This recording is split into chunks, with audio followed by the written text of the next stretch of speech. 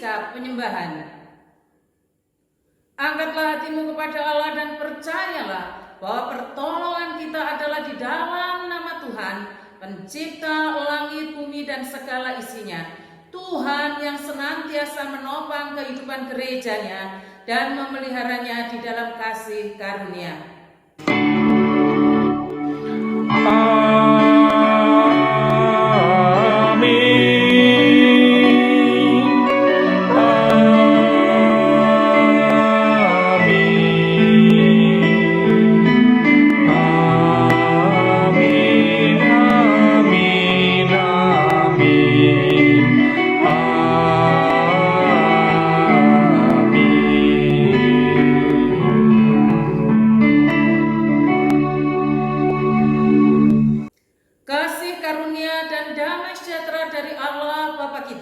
Dan dari Tuhan Yesus Kristus menyertai saudara-saudara sekalian.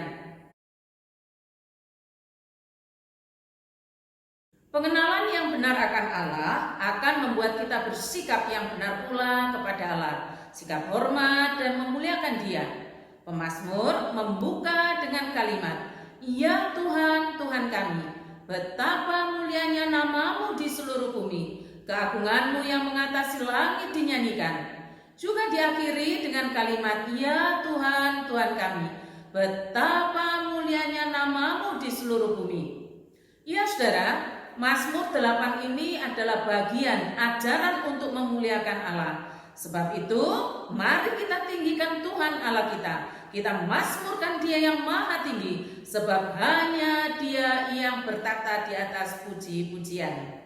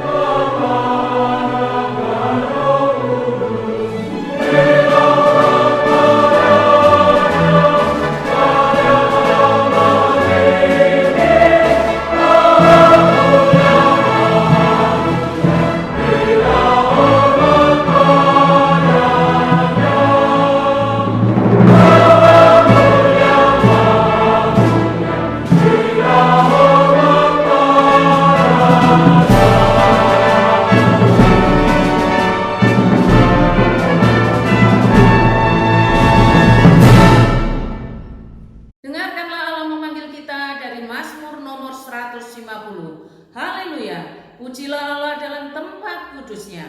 Pujilah Dia dalam cakrawalanya yang kuat.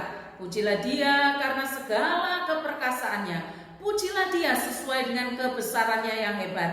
Pujilah Dia dengan tiupan sangkakala, pujilah Dia dengan gambus dan kecapi, pujilah Dia dengan rebana dan tari-tarian, pujilah Dia dengan permainan kecapi dan seruling, pujilah Dia dengan ceracap yang berdenting, pujilah Dia dengan ceracap yang berdentang. Biarlah segala yang bernafas memuji Tuhan. Haleluya. Mari saudara-saudara, kita bersama-sama mempersiapkan diri masuk lebih jauh dalam ibadah kita.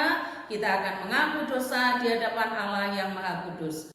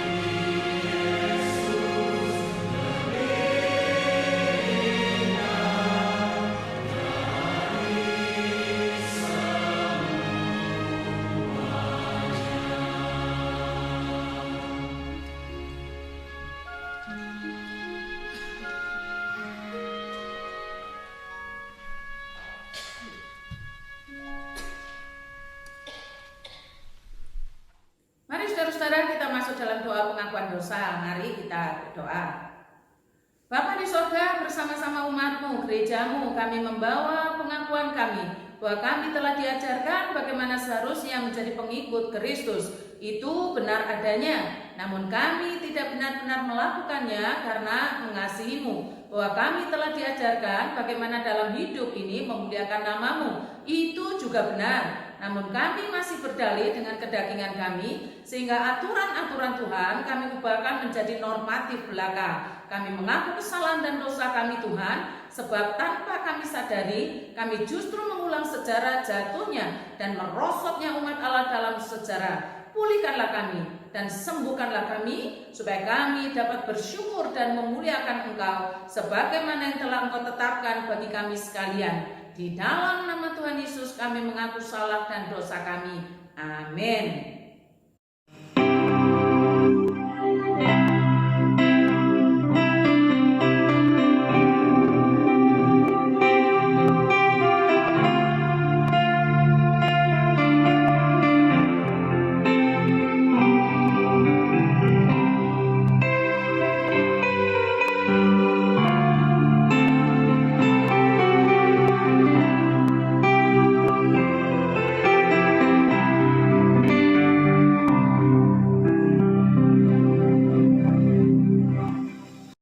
Berdasarkan kasih karunia Allah dalam Tuhan kita Yesus Kristus, saya sampaikan berita pengampunan dosa kepada tiap-tiap orang yang mengaku dengan tulus dan ikhlas, sebagaimana janji Allah dalam firman-Nya yang berkata, Yesaya 55 ayat 7-9, baiklah orang fasik meninggalkan jalannya dan orang jahat meninggalkan rancangannya. Baiklah ia kembali kepada Tuhan, maka Dia akan mengasihaninya, dan kepada Allah kita, sebab Ia memberi pengampunan dengan limpahnya. Sebab rancanganku bukanlah rancanganmu, dan jalanmu bukanlah jalanku. Demikianlah firman Tuhan. Seperti tingginya langit dari bumi, demikianlah tingginya jalanku dari jalanmu, dan rancanganku dari rancanganmu. Sebab itu biarlah kita juga diperdamaikan satu dengan yang lainnya, dan saling mengampuni serta turut mengambil bagian dalam damai sejahtera Tuhan kita Yesus Kristus. Marilah kita mendengarkan petunjuk hidup baru sebagaimana yang tertulis dari Mazmur 8 ayat 2 dan 10. Untuk pemimpin biduan menurut lagu Gitit Mazmur Daud. Ya Tuhan, Tuhan kami, betapa mulianya nama-Mu di seluruh bumi, keagungan-Mu yang mengatasi langit dinyanyikan. Ya Tuhan, Tuhan kami, betapa mulianya nama-Mu di seluruh bumi. Kiranya Tuhan menolong kita agar dapat mewujudkan firman-Nya dalam kehidupan kita sehari-hari serta memuliakan Allah. Umat Allah di zaman perjanjian lama adalah benih gereja, cikal bakal gereja atau persekutuan orang-orang kudus. 1 Korintus 12 ayat 27 menjelaskan demikian. Kamu semua adalah tubuh Kristus dan kamu masing-masing adalah anggotanya. Ya saudara, anggota tubuh Kristus di sini adalah hidup, sehingga tidak ada satupun yang mengaku anggota tubuhnya itu nganggur. Allah tidak menyatukan anggota tubuhnya untuk pasif, untuk diam, tidak saudara. Semua ada tugas dan ada pelayanannya masing-masing. Mereka yang hidup pasti melayani Tuhannya. Andaikan kasih-Mu tidak merangkulku, aku lemah. Seluruh hidupku tidaklah menentu lelah resah. Kau ulur tangan-Mu menuntun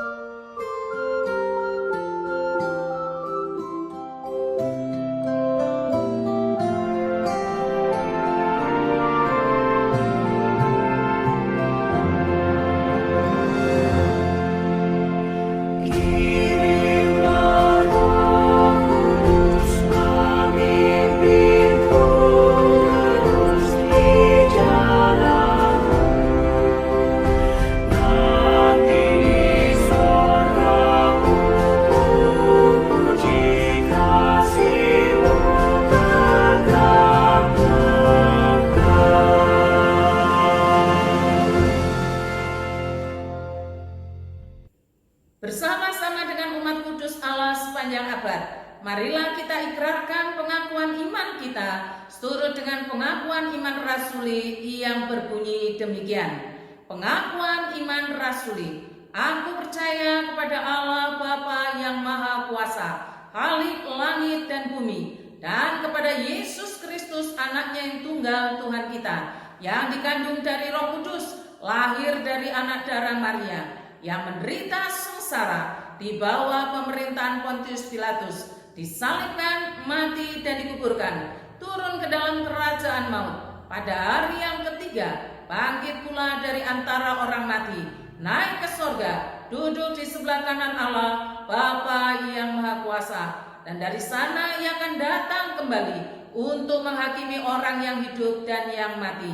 Aku percaya kepada Roh Kudus, gereja yang kudus dan am, persekutuan orang kudus, pengampunan dosa, kebangkitan tubuh, dan hidup yang kekal. Amin. Kita mempersiapkan diri untuk menerima pengajaran firman Tuhan.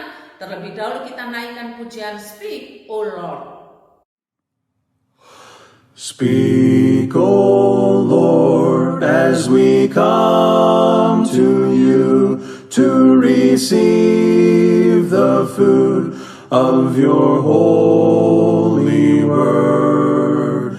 Take your truth, plant it deep in us, shape and fashion us in your likeness, that the light of Christ might be seen today in our acts of love and our deeds of faith. Speak, O Lord, and fulfill in us all your purposes for your glory.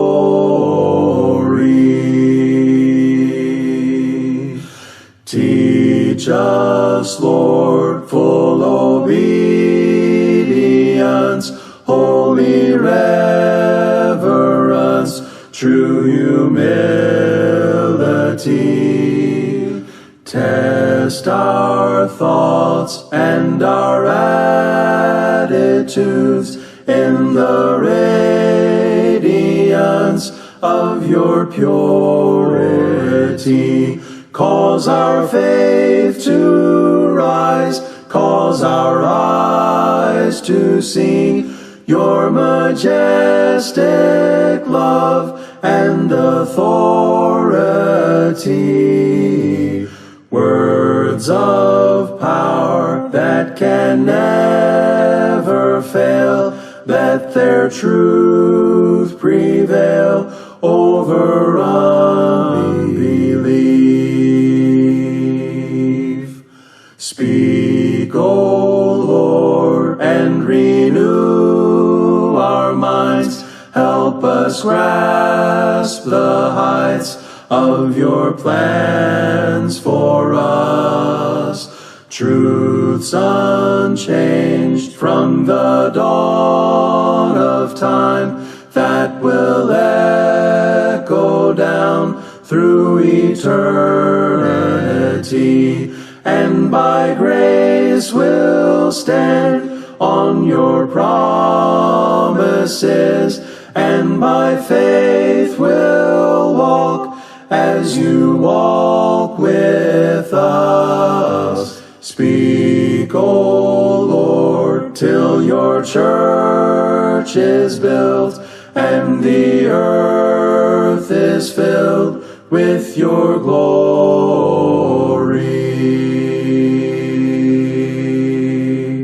Shalom saudara-saudara, apa kabar? Salam sehat. Harapannya adalah semua sehat. Namun yang namanya virus itu memang mudah menular. Jadi kalau terpapar tidak usah malu. Corona bukan sebuah kutukan. Perlu diingat ya. Jangan juga disembunyikan. Segera lapor, dan sekarang ada peraturan baru. Pasti ditindaklanjuti. Saudara juga akan dirawat, diberi vitamin dan juga diberi antivirusnya. Baik, sebelum lebih jauh kita belajar firman Tuhan, mari kita mohon pertolongan Allah Roh Kudus di dalam doa. Mari kita berdoa. Kami mempersiapkan diri kami untuk belajar firman-Mu ya Allah, namun kami menyadari bahwasanya kami tidak akan pernah mengerti isi hati-Mu jikalau bukan Roh Kudus yang membuat terang mata batin kami. Karenanya kami memohon kepadamu Tuhan, terangilah batin kami, buatlah kami celik akan maksud Allah yang ajaib yang telah disingkapkan dalam Alkitab-Mu. Berikan kesanggupan bagi kami untuk mengasihi-Mu dan menaati-Mu. Ajarkan tiap-tiap kali kami mendengar firman-Mu untuk menyelidiki kembali dengan sepenuh hati kami, sehingga kami diam dalam firman-Mu dan firman-Mu di dalam kami.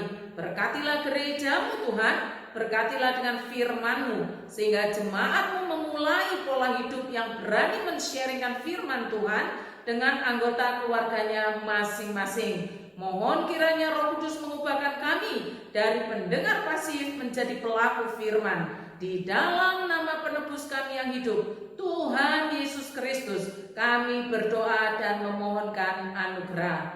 Amin. Sabda Allah, Mazmur nomor 8. Untuk pemimpin biduan menurut lagu Gitit, Mazmur Daud.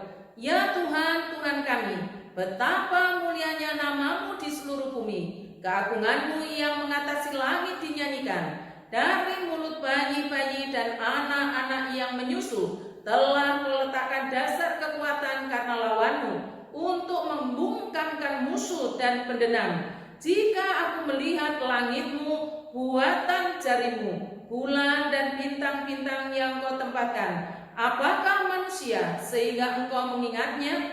Apakah anak manusia sehingga Engkau mengindahkannya? Namun Engkau telah membuatnya hampir sama seperti Allah dan telah memahkotainya dengan kemuliaan dan hormat. Engkau membuat dia berkuasa atas buatan tangan-Mu. Segala-galanya telah Kau letakkan di bawah kakinya. Kambing, domba, dan lembu sapi sekalian, juga binatang-binatang di padang, burung-burung di udara, dan ikan-ikan di laut, dan apa yang melintasi arus lautan. Ya Tuhan, Tuhan kami, betapa mulianya nama-Mu di seluruh bumi.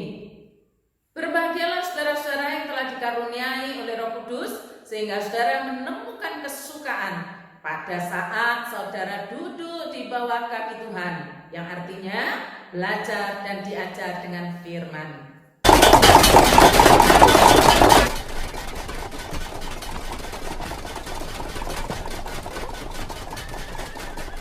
The Philistine threat continues to grow. Now they have a new champion. Goliath.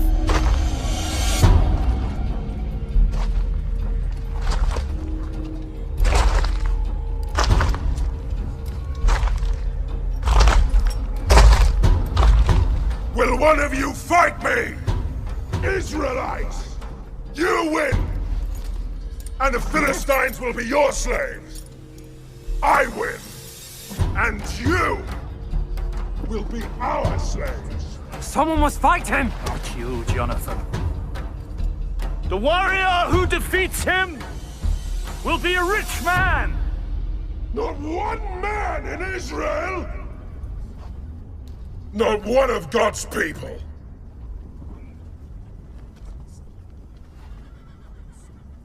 I'll do it. David, you're no soldier, you're a shepherd. Yes, a shepherd. As I protect my sheep, God will protect me. Where is your faith? Where is your God? I will kill him. You'll need this.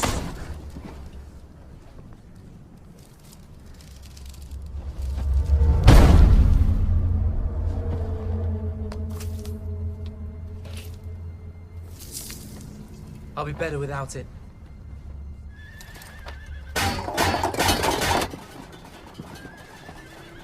Yea, though I walk in the valley of the shadow of death, I fear no evil. You are with me. Thy rod and staff, they comfort me. You anoint my head with oil. My cup overflows. Surely goodness and mercy shall follow me all the days of my life.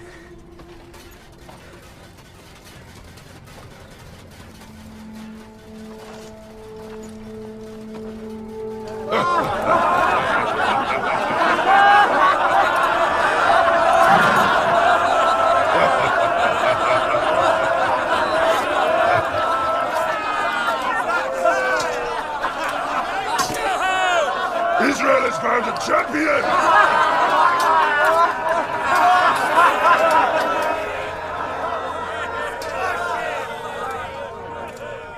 Don't waste my time, little boy. You're too young to die. I will fight you!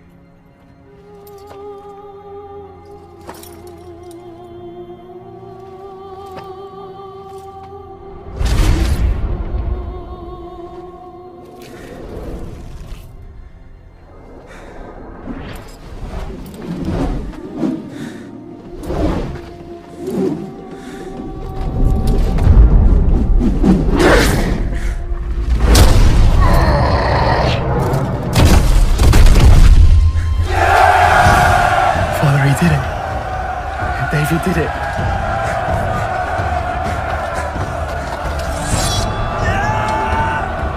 Saudara-saudara, Mazmur 8 ini dilatar belakangi oleh peristiwa seperti itu. Setelah Goliat dikalahkan, maka ini doa Daud kepada Allahnya. Ya Tuhan, Tuhan kami, betapa mulianya namamu di seluruh bumi. Tapi gini saudara, sekalipun 1 lawan 1, Daud lawan Goliat itu bukan persoalan pribadi, bukan juga karena dendam pribadi, bukan karena persoalan-persoalan yang timbul karena urusan pribadi, bukan saudara, tetapi antara umat Allah. Daud itu kan mewakili umat, dan Goliat itu menghina Allah semesta alam. Demikian Daud mengatakan tentang Goliat. Siapakah orang Filistin yang tidak bersunat ini sampai ia berani mencemoohkan barisan daripada Allah yang hidup?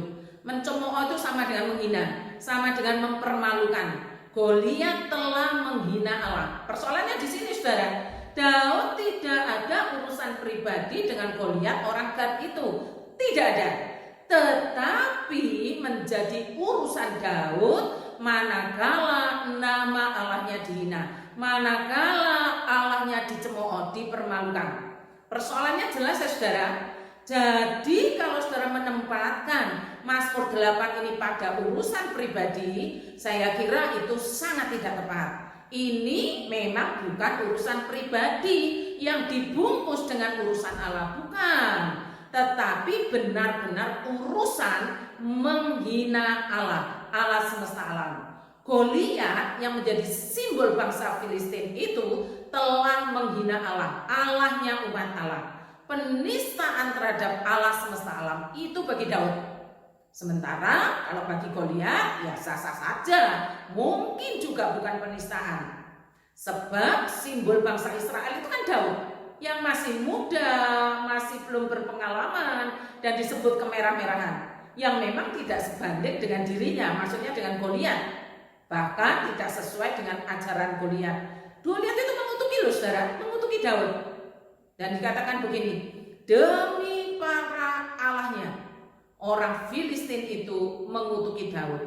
Nah itu suatu ajaran yang dianut oleh bangsa Filistin, orang Gad ini, oleh Goliat ini, maka Daud dikutuki.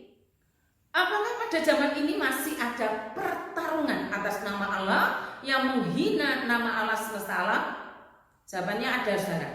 Tapi tidak lagi melalui pertempuran head to head seperti di zaman Daud dan Goliat.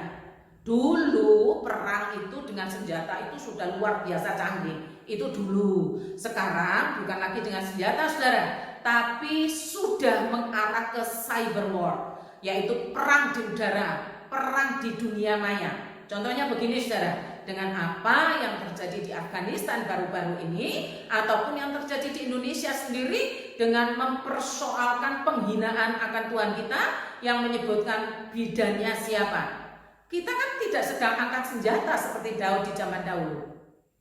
Peristiwa Daud sendiri terjadi terjadi sekitar tahun 1012 sampai 1004 sebelum Masehi. Itu zaman pemerintahannya Raja Saul. Jadi peristiwa itu sudah 3000-an tahun yang lalu.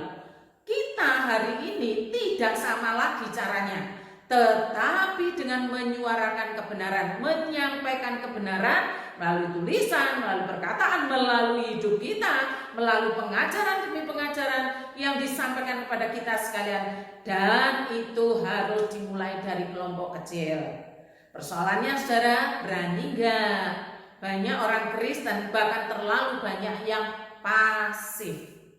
Padahal dengan pasif sama dengan memberikan peluang penghinaan bertambah luas dan menjadi penguasa baru. Saya teringat akan perkataan seorang pegiat media sosial ini.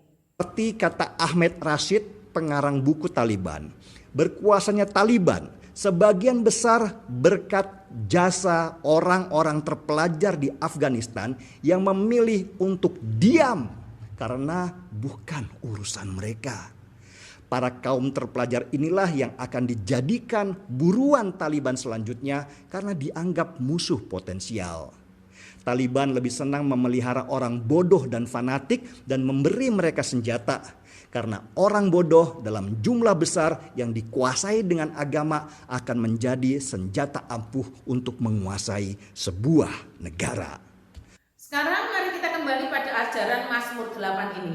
Persoalan yang terjadi sekali lagi bukan urusan pribadi, bukan urusan suka atau tidak suka dengan satu dua orang, bukan soal cocok atau tidak cocok, bukan soal senang atau tidak senang, bukan soal dirugikan atau diuntungkan, bukan soal itu, tapi soal umat dan Allahnya.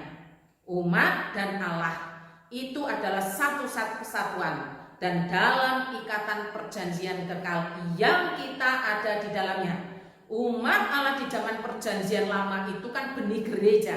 Dan gereja itu adalah kita, persekutuan orang-orang kudus. Pertanyaannya, apakah kita siap penghinaan terhadap gereja yang adalah tubuh Kristus itu menjadi persoalan kita? Ini pertanyaannya saudara. Memang persoalan hidup kita sendiri itu banyak, bahkan tidak selesai-selesai, sangat banyak. Tapi sekarang apakah saudara mempunyai panggilan dalam hidup saudara, yaitu menjadikan urusan gereja, urusan umat, saudara mau menjadikan itu urusan diri saudara. Sebagaimana Daud yang terpanggil untuk menjadikan urusan umat itu urusan dirinya, walau sebenarnya bukan urusan pribadi dia antara dirinya dengan Goliat. Tidak semua orang Kristen rela, tidak semua orang Kristen mau dan terpanggil untuk panggilan itu. Memang Kristen, tapi kalau urusan gereja, urusan umat, urusan nama Allah, ya urusan kamu-kamu lah, jangan kami-kami. Biasanya begitu. Saya berharap jemaat GKI Banyuwangi tidak berpandangan seperti itu. Kamu ya kamu, aku ya aku, tidak demikian. Kita adalah satu. Banyak orang yang ingin terkesan baik-baik dengan cara melarikan diri bila terjadi sesuatu dengan gereja. Saya akan membawa saudara pada latar belakang kisah Mazmur ini. Yang ditantang Goliat itu siapa? Daud kan? Bukan loh saudara, bukan Daud. Yang ditantang itu semua barisan umat Allah. Bahkan semua yang memimpin mereka seperti Raja Saul, Yonatan, dan semua prajurit yang siap-siap perang. Tapi coba kita perhatikan, tidak ada yang mau maju. Mengapa saudara? Secara logika, secara matematis tidak menguntungkan. Bahkan bisa dikatakan setor nyawa. Kalkulasinya rugi. Mana ada yang mau? Ini pernyataan Goliat. Pula kata orang Filistin itu, aku menantang hari ini barisan Israel. Berikanlah kepadaku seorang supaya kami berperang, seorang lawan seorang. Memang Goliat secara fisik itu raksasa, hampir 3 meter. Bahkan ada yang menghitung detail itu sampai 3,5 meter. Tapi sebenarnya Saul sendiri menjadi raja juga punya keunggulan secara fisik. Bahkan dicatat begini saudara, Kisi mempunyai anak laki-laki namanya Saul, seorang pemuda yang tampan dan tegap. Tak seorang pun di seluruh Israel yang lebih tampan dari dia. Badannya juga lebih tinggi. Rata-rata tinggi orang Israel hanya sampai pundaknya. Sama-sama mempunyai keunggulan secara fisik. Namun ketika ditantang, yang terjadi apa? Saul dan segenap orang Israel mendengar perkataan orang Filistin itu, maka cemaslah hati mereka dan sangat ketakutan. Siapa yang mau maju? Siapa yang mau merugi untuk Allahnya? Nah, ada saudara. Lah enggak setor nyawa aja enggak mau. Lah semuanya mau untung, semuanya cari selamat sendiri-sendiri, dan semuanya saling tunggu malahan.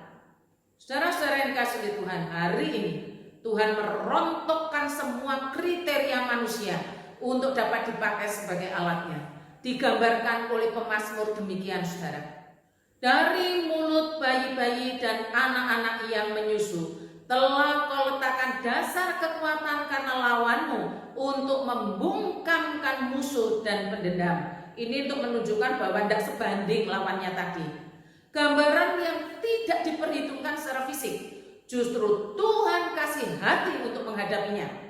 Di dalam fisik yang tidak diperhitungkan itu tersimpan kekuatan percaya kepada Allahnya. Sehingga Daud mengatakan, ya Tuhan, Tuhan kami, betapa mulianya namamu di seluruh bumi, keagunganmu yang mengatasi langit dinyanyikan. Ditutup dengan, ya Tuhan, Tuhan kami, betapa mulianya namamu di seluruh bumi. Saya langsung menghubungkan dengan nubuatan mesianik ya saudara. Tuhan Yesus juga secara fisik maupun ekonomi tidak memenuhi syarat manusia untuk menjadi Mesias. Tapi Allah sangat meninggikan dia. Gereja harus berani mengubah pandangannya tentang seorang yang melayani Tuhannya.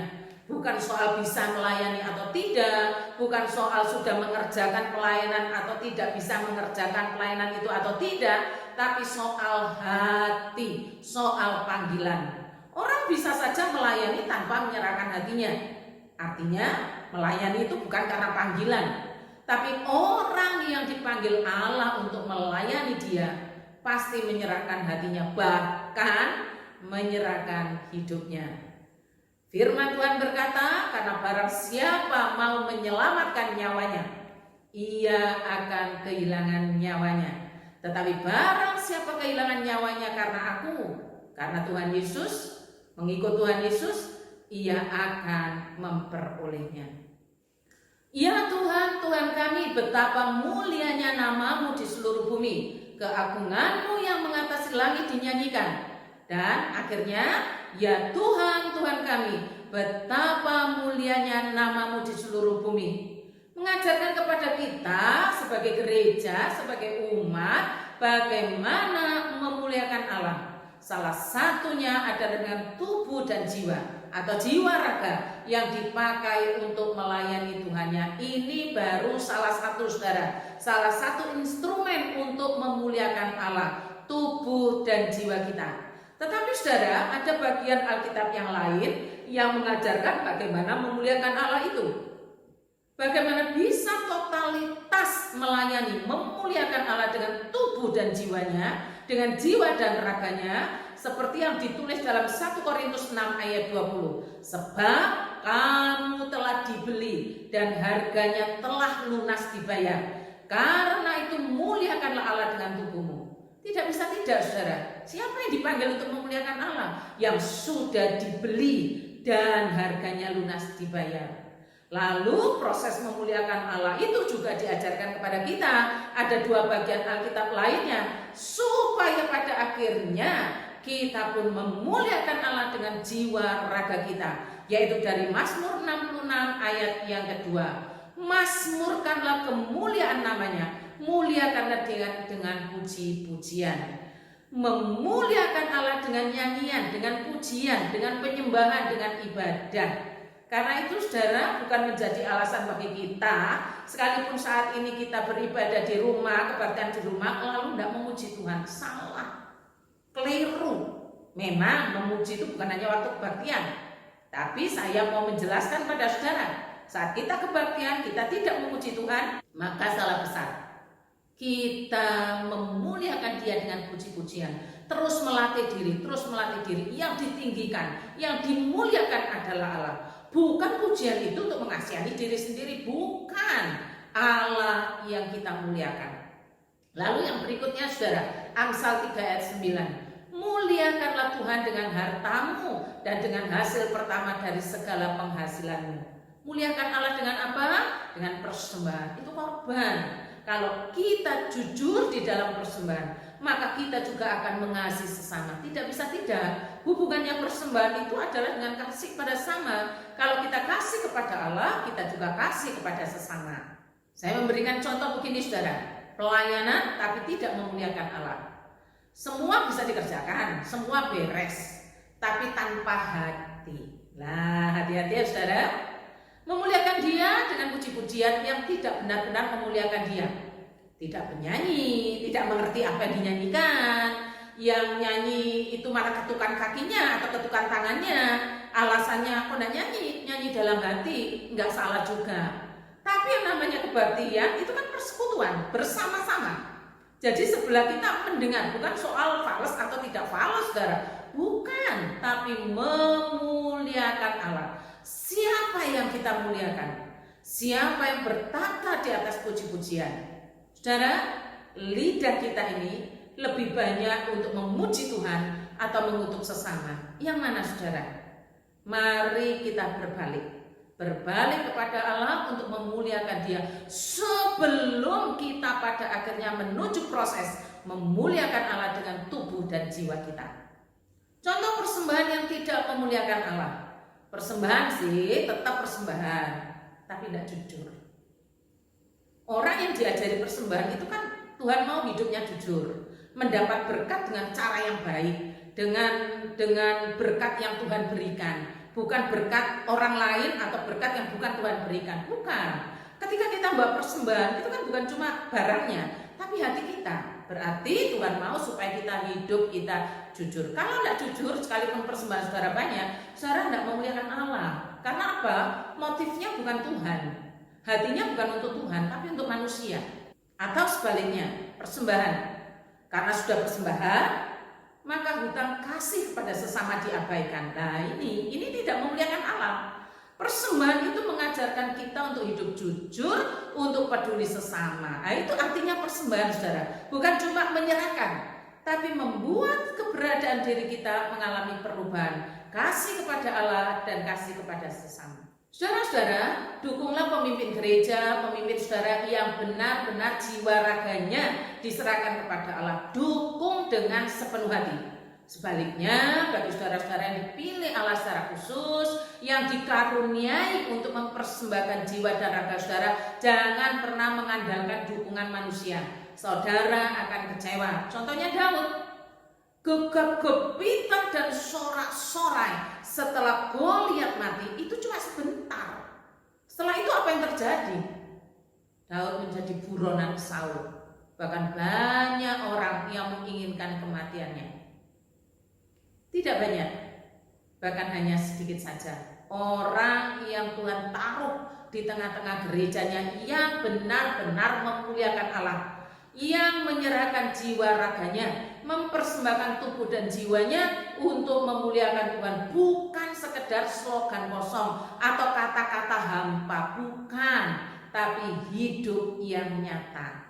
Betul-betul apa yang diomongkan, apa yang dikatakan itu juga yang dilakukan. Karena itu jangan pasif, jangan diam. Mulailah dari sekarang, apa yang dapat saudara perbuat untuk memuliakan Dia sebelum saudara menyerahkan nyawa bagi Tuhan Allah kita. Tuhan, tolonglah kami untuk peduli sesama tanpa harus berharap dan mengandalkan kekuatan dan dukungan manusia, sebab hanya Engkaulah yang menjadi pusat puji-pujian dan kemuliaan kami. Ada banyak orang-orang kudus-Mu yang belajar memuliakan Engkau, namun dikerjakan dengan pasif, atau sepertinya melakukan, namun belum benar-benar dari hatinya. hanya sebatas ritual badannya. Kami mengarahkan pandangan kami kepadamu untuk menyelamatkan gerejamu, Engkau gembala kami yang telah mengorbankan nyawa bagi kami agar kami selamat. Dengan demikian kami pun berhutang kasih, berhutang pengampunan kepada sesama kami yang harus kami kerjakan sampai lunas semasa hidup di dunia ini. Bangkitkan pemimpin-pemimpin dalam gerejamu yang benar-benar jiwa raganya dipersembahkan kepadamu agar benih Injil semakin tumbuh dengan subur. Berkatilah gerejamu dengan firman-Mu supaya kami tidak hanya terbelenggu persoalan-persoalan hidup yang tidak ada habis-habisnya, namun kami juga menyiapkan diri untuk menaruh persoalan gereja, persoalan umat dalam diri kami, sekalipun itu tidak menguntungkan kami. Di dalam nama Tuhan Yesus kami berdoa. Amin. Mari kita membawa persembahan kepada Allah. Masih ingatkah saudara pada saat saudara dibaptiskan atau disidi, bahwasanya saudara telah bersumpah di hadapan Allah dan jemaatnya dengan menjawab, "Ya, saya bersedia." Pada saat saudara ditanya dengan pertanyaan ini, apakah saudara bersedia untuk setia kepada Tuhan melalui gerejanya dengan berbakti, persembahan, ikut ambil bagian dalam pelayanan, dan dengan segenap hati berdoa untuk mendukung segala aktivitas dan kemajuan gereja? Di sini aku bawa Tuhan, persembahan hidupku semoga berkenan. Berapa nilainya Tuhan dibandingkan berkat-Mu yang telah Kau limpahkan. Terimalah Tuhan, oh terimalah Tuhan.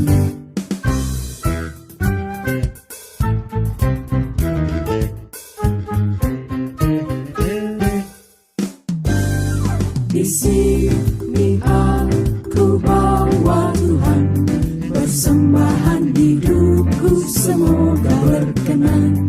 Berapa nilainya Tuhan dibandingkan berkat-Mu yang telah Kau limpahkan. Terimalah Tuhan, oh terimalah Tuhan.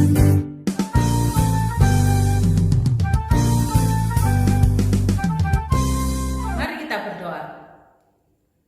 Kami membawa ucapan syukur kami di hadapan-Mu ya Tuhan, oleh karena Engkau memelihara kami dengan kebaikan-kebaikan-Mu yang limpah, lebih daripada apa yang kami pikirkan. Kami membawanya karena Tuhan terlebih dahulu telah memberkati kami, dan Tuhan juga telah memerintahkan kepada kami untuk membawa persembahan kepadamu. Dengan membawa persembahan ini Tuhan, bukan hanya materi yang kami serahkan, namun juga jiwa raga kami, sehingga hidup jujur dan berbelas kasih itu Tuhan tambahkan kepada kami.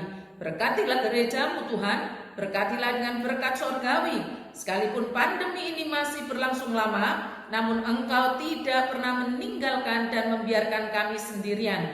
Karena itu pakailah gerejamu untuk melayani tubuhmu yang membutuhkan pertolongan, khususnya saat ini mereka yang sedang isoman. Mendoakan agar umatmu di sini sekalipun harus bekerja mencari nafkah, mereka tetap memberikan hati untuk duduk di bawah kakimu, menyelidiki perkataan-perkataan kudus-Mu, serta memikirkan dan mempertimbangkan ajaran-ajaran itu sebagai bagian pembaruan hidup yang Roh Kudus kerjakan. Mohon Tuhan menolong bangsa kami di dalam mencari jalan keluar mengatasi pandemi, menekan angka penularan akibat COVID ini. Sementara itu juga terobosan-terobosan ekonomi juga dicarikan jalan keluarnya, agar orang-orang jahat tidak menjadikan peluang dengan membuat kacau negeri kami karena persoalan-persoalan ekonomi. Mohon Tuhan memberikan keberanian bagi orang-orang baik, bagi orang-orang benar untuk berani bersuara dan menyuarakan kebenaran yang dimulai dari lingkungan terdekat dan lingkup terkecil, agar kami tidak cuek, tidak acuh dengan persoalan-persoalan gereja, persoalan bangsa dan negara.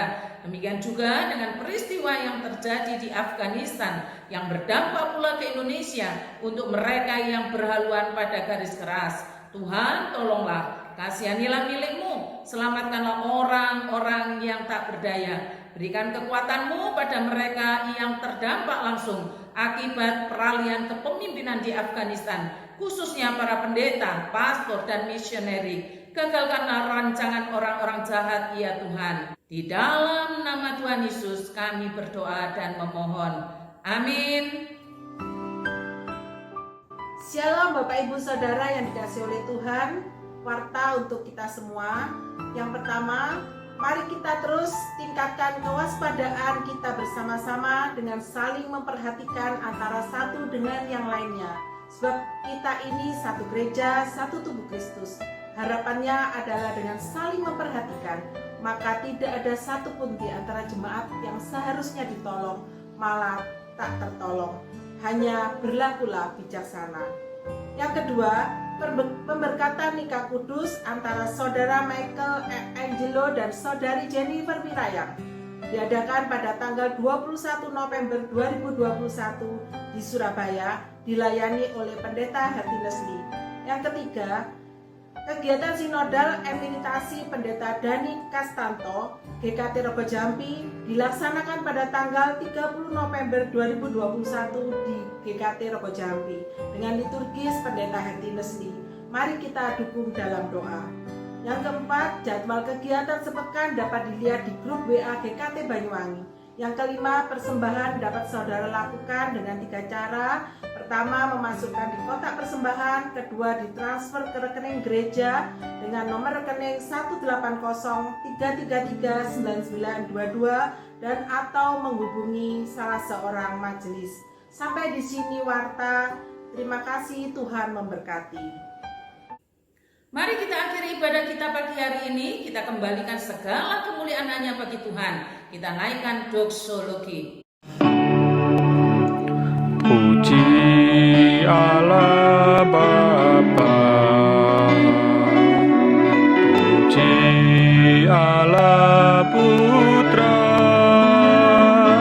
puji Allah Roh Kudus, ketiganya esa.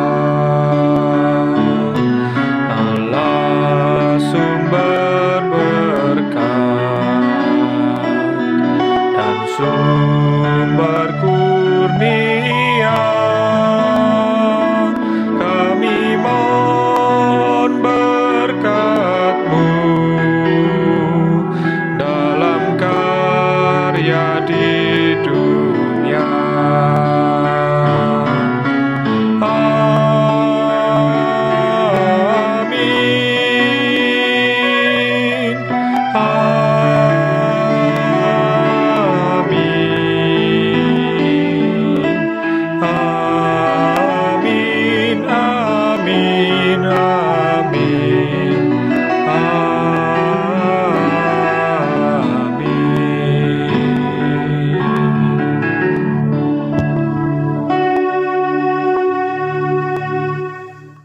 Akhirnya saudara-saudara, terimalah berkat Tuhan. Kiranya Tuhan mengaruniakan bagi saudara damai sejahtera dari sorga, melindungi senantiasa agar saudara dapat taat kepada Tuhan dan anaknya Yesus Kristus. Kiranya Allah Bapa, Anak dan Roh Kudus, Allah Tritunggal itu senantiasa menyertai saudara-saudara sekalian sampai selama-lamanya. Amin.